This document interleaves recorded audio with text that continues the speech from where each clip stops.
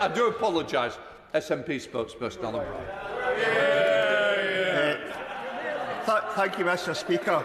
Mr Speaker, it's this government that's already created the most restrictive anti-trade union laws in Europe. So this new right-wing culture war stinks, and they're using ambulance covers as a pretext to attack workers' rights. It was the Tory membership that gave us a Prime Minister who tanked the economy overnight, putting people's mortgages up and giving us higher inflation, and yet it's the Tories who continue to demand that public sector workers take the hit to balance the books.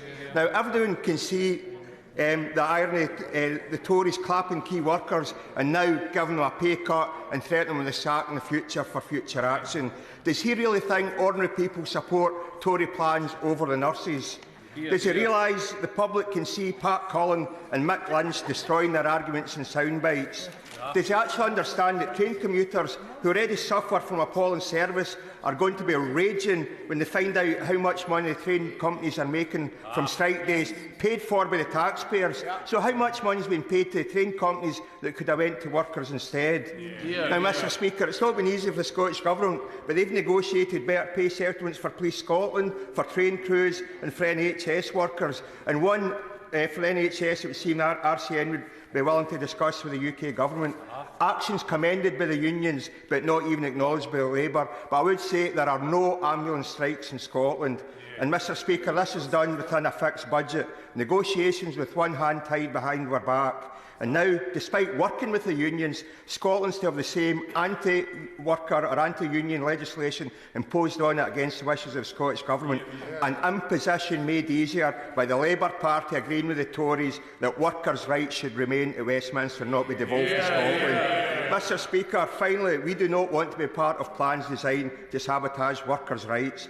Once again, it is shown quite clearly if Scotland's become a fairer, more equal country that respects workers' rights, the only way to do it is to become a normal, independent country.